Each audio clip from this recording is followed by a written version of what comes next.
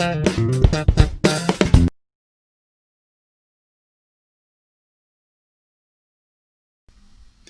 is the Pash Talon.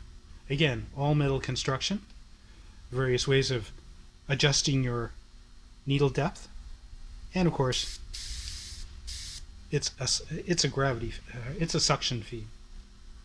This is an example of a suction feed.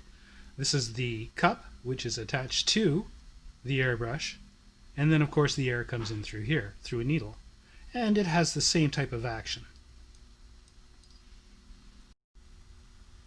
And this is an example of a very old airbrush, and if you take care of them, they will last forever.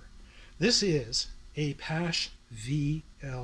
And now this came out in the 1950s and 1960s, and I still use this airbrush. If you notice, it is a side feed and is meant for inks. But I use very thin paints, and it is absolutely a dream to use. And again, all metal construction, and it will last you for a good long time. And this is the Iwata Neo. It is a lower priced entry-level airbrush.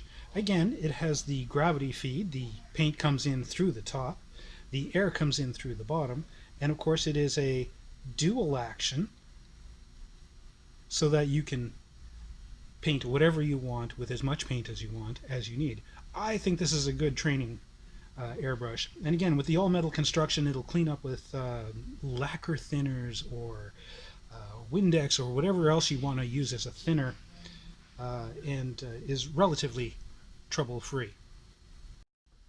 Now this is an example of something that you'll probably find in automotive shops or anywhere where they will be selling a very, very low-cost entry-level airbrush. This isn't exactly my idea of a good starter, simply because most of the parts are in plastic or in different metals, and the actual end connector is not a standard size. If you wish to try around with it, play around with it, try once or twice, then this is the type of airbrush that you'll want. But for a modeler that wants to seriously invest and get better and better at airbrushing, this is not for you.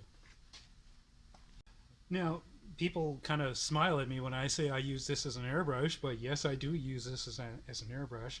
This is a high volume, low velocity sprayer, and as you can tell, it has this huge honking aerator over here to mix the paints.